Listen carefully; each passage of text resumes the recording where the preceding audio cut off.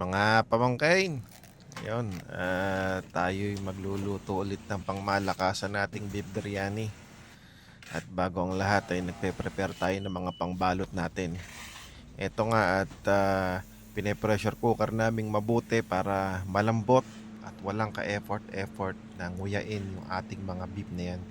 Kasi kita nyo naman, di ba mga pamangkin, fresh na meat ng beef ang ginagamit natin dyan.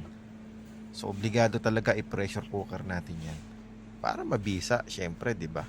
So kitang-kita niyo naman mga pamangkin, no? Ayan, no? Kahango lang namin ito sa pressure cooker. So makikita niyo talaga yung tenderness niyan. Dahilan kung bakit talagang best seller at binabalik-balikan. Saka ano tawag dito?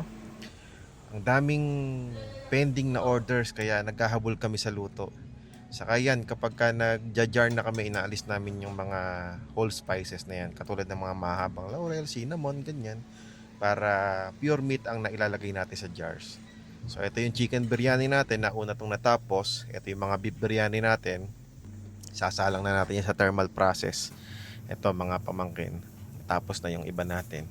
So ready na siya para sa cool down niya. Cooling time na lang yan. Tapos ready na ulit tayo para makapagbalot. Ito na yung mga finished product natin, mga pamangkin. Sexy yung ano natin, yung jar natin ngayon. Ayun yung beef natin. Ito naman yung ating spicy na chicken biryani.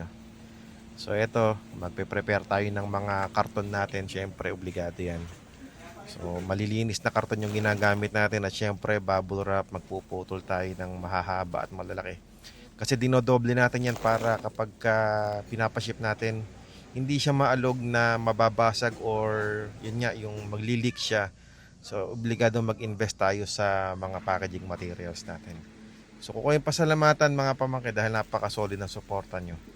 Ito yung ating chicken biryani na spicy, di ba?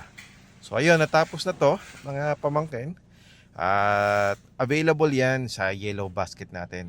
So nagpe-prepare na rin kami ng mga ipapaship namin, di ba? So bubble wrap yan sa loob.